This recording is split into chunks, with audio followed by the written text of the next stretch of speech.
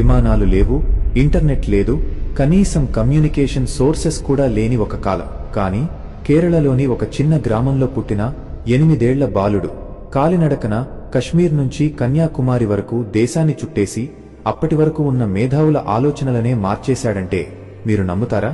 మనం ఈ రోజు 80 ఏళ్లు బతికినా సాధించలేని పనిని ఆయన కేవలం 32 ఏళ్లలోనే పూర్తి చేశారు. ఒకవైపు గంభీరమైన తర్కం, మరోవైపు అంతులేని భక్తి, ఒకవైపు హిమాలయమంతటి నిశ్శబ్దం, మరోవైపు సముద్రమంతటి జ్ఞానం. భారతీయ సనాతన ధర్మం అంతరించిపోతుంది అనుకున్న టైంలో దానికి రీబర్త్ ఇచ్చిన ఆ గ్రేట్ స్పిరిచువల్ ఇంజనీర్ ఎవరో తెలుసా? ఆయనే జగద్గురు ఆది శంకరాచార్యులు. ఆయన మాట్లాడితే శబ్దానికి అర్థం పుడుతుంది, ఆయన నడిస్తే భారత భూమికి దిశ దొరుకుతుంది. ఈ రోజు మనం వాడే సెల్ఫ్ అవేర్నెస్ లేదా కాన్షియస్నెస్ అనే పదాలకు 1200 ఏళ్ల క్రితమే డెఫినిషన్ ఇచ్చిన ఆ మహానుభావుడి మేధస్సులోకి మనం ఈరోజు వెళదాం. మనం ఈరోజు 1200 ఏళ్ల క్రితం నాటి భారతదేశానికి వెళ్దాం. ఒక వ్యక్తి కేవలం 32 ఏళ్ల వయసులోనే మొత్తం భారతదేశపు ఆలోచనా విధానాన్ని ఎలా మార్చేశారో తెలుసుకుందాం. ఆయనే ఆది శంకరాచార్యులు. అప్పటి పరిస్థితి ఏంటి? 7వ-8వ శతాబ్దంలో ఇండియా ఎలా ఉండేదో తెలుసా? ఇక్కడ ఒక రకమైన తాత్విక యుద్ధం జరుగుతోంది. ఒకవైపు బౌద్ధం, మరోవైపు జైనం, ఇంకోవైపు మీమాంస, సాంఖ్య, ఇలా రకరకాల వాదాలు. వేదాల ప్రాముఖ్యత తగ్గిపోతోంది. ప్రజల్లో గందరగోళం ఉంది. సరిగ్గా ఈ కన్ఫ్యూజన్ టైంలోనే శంకరాచార్యుల ఎంట్రీ జరిగింది. ఇక శంకరాచార్యుల కాలం గురించి వస్తే చరిత్రకారుల మధ్య చాలా డిబేట్స్ ఉన్నాయి. కానీ మోడరన్ హిస్టరీ ప్రకారం 788 నుండి 820 వరకు, కేవలం 32 ఏళ్లు. మనం ఈ వయసులో కెరీర్ గురించి ఆలోచిస్తుంటాం, కానీ ఆయన ఈ చిన్న వయసులోనే దేశవ్యాప్తంగా అద్వైత వేదాంతాన్ని ఎస్టాబ్లిష్ చేశారు. దీనికి ఆధారం ఏంటంటే ఆయన శిష్యులు రాసిన బుక్స్ మరియు అప్పటి బౌద్ధ పండితులతో ఆయన చేసిన చర్చలు. ఆయన పుట్టింది ఎక్కడో తెలుసా? కేరళలోని కాలడి. అప్పట్లో అది చేరా సామ్రాజ్యంలో ఉండేది. పెరియార్ నది ఒడ్డున ఉన్న ఈ చిన్న గ్రామం అప్పట్లో వేద విద్యకు సెంటర్ పాయింట్. ఆయన తల్లిదండ్రులు శివగురు మరియు ఆర్యాంబ చాలా కాలం సంతానం లేక శివుడిని ప్రార్థిస్తే శంకరుడు జన్మించాడని చరిత్ర చెబుతోంది. అసాధారణ మేధస్సు.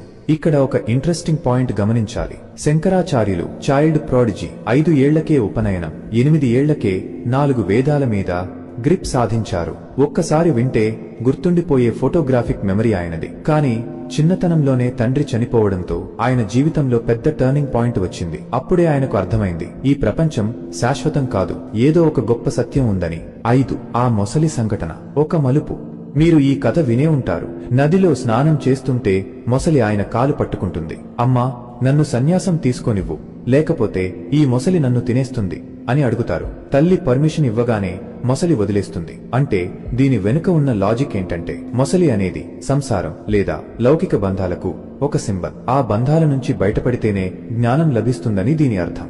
గురువు కోసం అన్వేషణ, the search for a master. సన్యాసం తీసుకున్నాక ఆయన ఖాళీగా కూర్చోలేదు. కేరళ నుంచి నర్మదా నది తీరం వరకు 1000 కిలోమీటర్లు నడిచి వెళ్లారు. అక్కడ ఆయనకు గోవింద పాదాచార్యులు కలిశారు. ఆయనే శంకరుడికి అసలైన వేదాంత రహస్యాలను బోధించారు. అక్కడి నుంచే శంకరాచార్యుల అసలైన ప్రయాణం మొదలైంది, అద్వైత వేదాంతం. ఇప్పుడు మనం అసలైన విషయంలోకి వద్దాం. ఆది శంకరాచార్యులు ప్రపంచానికి ఇచ్చిన గిఫ్ట్ ఏంటి? అదే అద్వైతం. అజ్ఞానం అంటే ఏంటి?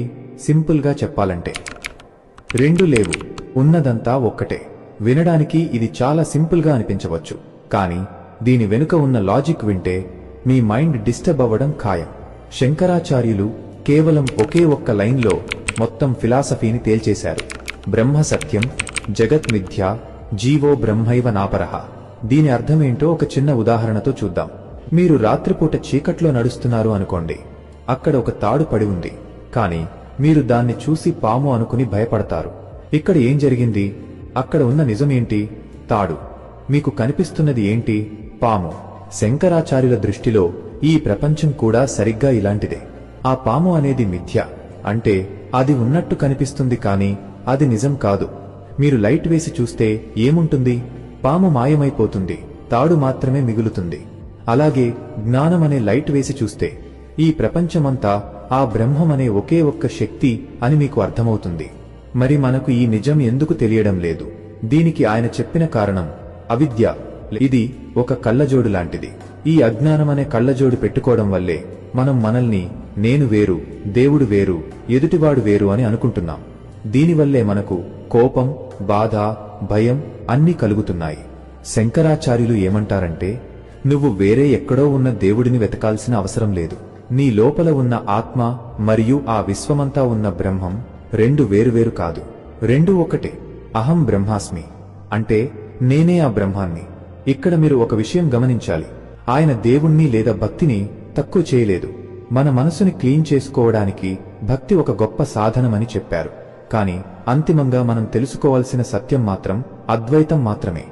సో ఫ్రెండ్స్, అందరిలోనూ ఉన్నది ఒకటే చైతన్యం అని తెలిసినప్పుడు ఇక మనుషుల మధ్య కులాల పేరుతోనో మతాల పేరుతోనో గొడవలు ఎందుకు ఉంటాయి? అందుకే అద్వైతం అనేది కేవలం ఆధ్యాత్మికం మాత్రమే కాదు, ఇది ప్రపంచంలోనే అతిపెద్ద సమానత్వ సిద్ధాంతం. మరి ఇంతటి కష్టమైన విషయాన్ని శంకరాచార్యులు ప్రజలకి ఎలా అర్థమయ్యేలా చెప్పారు? అక్కడే ఆయన అసలైన టాలెంట్ బయటపడుతుంది. కేవలం 32 ఏళ్ల వయసులో ఈ రోజు మనం ఒక యావరేజ్ బుక్ కూడా పూర్తి చేయలేకపోతుంటే, ఆయన వేల సంవత్సరాల పాటు నిలిచిపోయే అద్భుతమైన సాహిత్యాన్ని సృష్టించారు. మిత్రులారా, శంకరాచార్యుల రచనలను మనం 3 భాగాలుగా అర్థం చేసుకోవచ్చు. నెంబర్ 1, ప్రస్థానత్రయం. హిందూ ధర్మంలో ఉపనిషత్తులు, భగవద్గీత, బ్రహ్మసూత్రాలు ఈ మూడింటిని అత్యంత పవిత్రంగా భావిస్తారు. వీటిని ప్రస్థానత్రయం అంటారు. అయితే ఇవి చాలా కఠినమైన సంస్కృతంలో ఉంటాయి. శంకరాచార్యులు వీటన్నింటికీ భాష్యాలు రాశారు. అంటే ఒక సైంటిఫిక్ థియరీని అందరికీ అర్థమయ్యేలా డీకోడ్ చేసినట్టన్నమాట. ఆయన రాసిన ఈ వ్యాఖ్యానాలే ఈరోజు మనం చదువుతున్న వేదాంతానికి అసలైన పునాది. నెంబర్ 2, ప్రకరణ గ్రంథాలు, మాన్యువల్స్ ఫర్ లైఫ్. ఉపనిషత్తులు పండితులకు అర్థమవుతాయి, మరి సామాన్యుల సంగతి ఏంటి? అందుకే ఆయన వివేక చూడామణి, ఆత్మబోధ, తత్వబోధ లాంటి పుస్తకాలు రాశారు. ఇవి ఒక యూజర్ మాన్యువల్ లాంటివి. జీవితం అంటే ఏంటి, మనం ఈ భూమి మీదకి ఎందుకొచ్చాం, మన అసలైన స్వరూపం ఏంటి అనే ప్రశ్నలకు ఇందులో చాలా సింపుల్ గా సమాధానాలిచ్చారు. నంబర్ 3, స్తోత్ర సాహిత్యం. ఇక్కడే ఒక ఇంట్రెస్టింగ్ ట్విస్ట్ ఉంది ఫ్రెండ్స్. శంకరాచార్యులు కేవలం లాజిక్ మాత్రమే మాట్లాడే రోబో కాదు, ఆయన మనసు నిండా భక్తి ఉన్న వ్యక్తి. ఆయన రాసిన భజగోవిందం స్తోత్రం వింటే మీ కళ్లలో నీళ్లు తిరుగుతాయి. వయసు అయిపోయాక గ్రామర్ సూత్రాలు నిన్ను కాపాడవు, దేవుడిని నమ్ము అని ఆయన ఎంత మొహమాట లేకుండా చెప్పారో చూడండి. ఆయన రాసిన కనకధార స్తోత్రం లేదా సౌందర్యలహరి నేటికి లక్షలాది మంది ఇళ్లలో వినిపిస్తున్నాయి అంటే ఆయన ప్రభావం ఎంత ఉందో ఆలోచించండి. ఒక విషయం గమనించండి, ఆయన వాడిన భాష ఎంత సరళంగా ఉంటుందంటే అది పండితుడిని ఆలోచింపజేస్తుంది, సామాన్యుడిని కదిలిస్తుంది. ఆయన కేవలం పుస్తకాలు రాయలేదు, భారతదేశపు ఆలోచనా విధానానికే ఒక కొత్త లాంగ్వేజ్ ఇచ్చారు. మరి ఇంతటి జ్ఞానాన్ని తన దగ్గరే ఉంచుకోకుండా దేశం నలుమూలలకి ఎలా తీసుకెళ్లారు? ఆయన చేసిన ఆ అడ్వెంచరస్ ప్రయాణాలు ఏంటి? ఆయన కేవలం ఒక రూంలో కూర్చుని ఫిలాసఫీ రాయలేదు, దేశం మొత్తం చుట్టేశారు. అది కూడా ట్రాన్స్పోర్ట్ సౌకర్యాలు లేని ఆ కాలంలో. మీరు ఎప్పుడైనా పాన్ ఇండియా స్టార్ గురించి విన్నారా? సినిమాల గురించి కాదు, నేను మాట్లాడుతోంది ఆది శంకరాచార్యుల గురించి. 1200 ఏళ్ల క్రితమే కేరళ నుంచి హిమాలయాల వరకు ఆయన చేసిన ప్రయాణం చూస్తే మీరు షాక్ అవుతారు. ఈ రోజు మనం ఆయన దిగ్విజయ యాత్ర మరియు ఆయన స్థాపించిన ఒకటి దిగ్విజయం అంటే ఏంటి? Not a war but a debate. Friends, సాధారణంగా రాజులు వేరే రాజ్యాలను జయించడాన్ని దిగ్విజయం అంటారు. కానీ శంకరాచార్యుల దిగ్విజయం వెరీ డిఫరెంట్. ఆయన కత్తితో కాదు, తర్కం, లాజిక్ తో దేశాన్ని జయించారు. దేశం నలుమూలలా తిరుగుతూ వేర్వేరు సిద్ధాంతాలున్న పండితులను డిబేట్స్ లో ఓడించి అద్వైతమే పరమసత్యమని నిరూపించారు. The great debate, Shankara versus Mandana Mishra. హిస్టరీలోనే మోస్ట్ ఫేమస్ డిబేట్ ఏంటో తెలుసా? శంకరాచార్యులు మరియు మాండన మిశ్ర మధ్య జరిగింది. మాండన మిశ్ర ఒక పెద్ద కర్మకాండ పండితుడు. ఈ డిబేట్ కి జడ్జి ఎవరో తెలుసా? మాండన మిశ్ర భార్య ఉభయభారతి. ఈ చర్చ రోజుల తరబడి సాగింది. చివరికి మాండన మిశ్ర ఓటమిని అంగీకరించి శంకరుల శిష్యుడిగా మారి సురేశ్వరాచార్యులు అని పేరు మార్చుకున్నారు. ఇది ఒక రకమైన ఇంటెలెక్చువల్ రెవల్యూషన్, బౌద్ధం మరియు ఇతర వాదాల సవాల్. ఆ కాలంలో బౌద్ధ మతం చాలా బలంగా ఉండేది.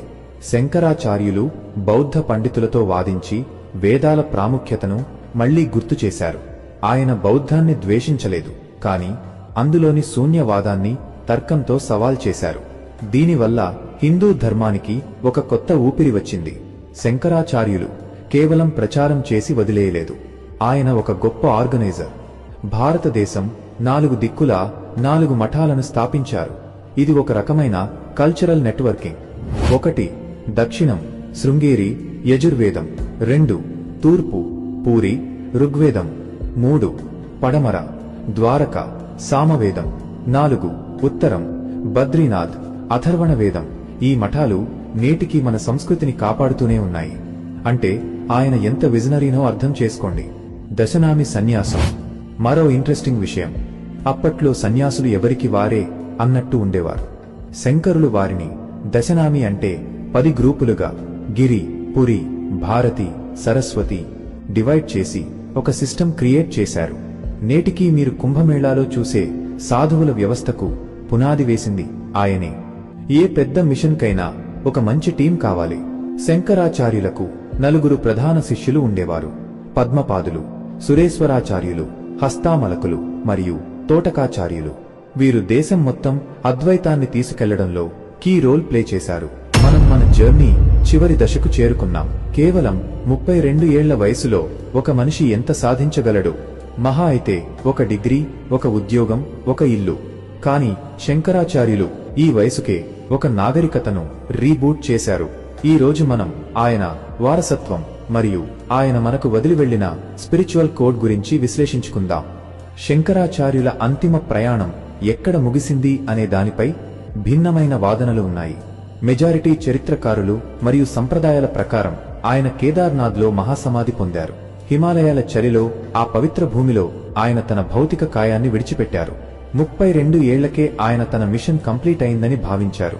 దీన్నే సన్యాస పరాకాష్ఠ అంటారు. శంకరాచార్యుల తర్వాత వచ్చిన రామానుజాచార్యులు విశిష్టాద్వైతం లేదా మాధ్వాచార్యులు ద్వైతం ఆయనతో విభేదించి ఉండవచ్చు. కానీ ఫ్రెండ్స్, గుర్తుంచుకోండి, వారు తమ సిద్ధాంతాలను చెప్పడానికి శంకరులు నిర్మించిన భాష్య సంప్రదాయాన్ని బేస్గా వాడుకోవాల్సి వచ్చింది. అంటే ఆయనే ఒక రూట్ మ్యాప్ ఇచ్చారన్నమాట. అది ఆయన గొప్పతనం. ఆ కాలంలో హిందూ ధర్మం ముక్కలు ముక్కలుగా విడిపోయింది. బౌద్ధం మరియు జైనం అటాక్ చేస్తున్న టైంలో శంకరులు వచ్చి వేదాల ప్రామాణికతను మళ్లీ నిలబెట్టారు. దేవాలయ వ్యవస్థను, పూజా విధానాలను, పంచాయతన పూజ క్రమబద్ధీకరించారు. అందుకే ఈరోజు మనం చూస్తున్న మోడరన్ హిందూయిజానికి ఆయనే చీఫ్ ఆర్కిటెక్ట్. మీకు తెలుసా, అద్వైత వేదాంతం కేవలం ఇండియాకే పరిమితం కాలేదు.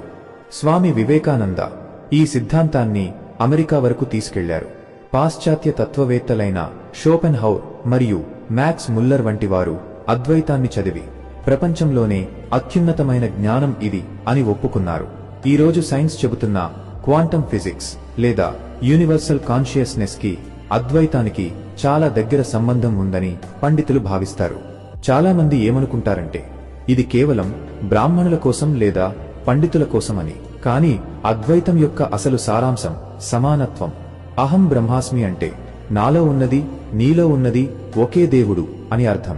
అంటే మనుషుల మధ్య కుల, మత, వర్గ విభేదాలకు తావులేదు. ఇది అప్పట్లోనే ఆయన తెచ్చిన ఒక silent social revolution. So friends, 32 ఏళ్ల జీవితం, 1000 కిలోమీటర్ల ప్రయాణం, 100 గ్రంథాలు, 4 మఠాలు. ఆది శంకరాచార్యులు ఒక వ్యక్తి కాదు, ఆయన ఒక ఆలోచన. భారతదేశపు ఆత్మను వెలిగించిన ఒక జ్యోతి. జ్ఞానం ద్వారానే విముక్తి అని ఆయన చెప్పిన మాట నేటికి ఏ కాలానికైనా వర్తిస్తుంది.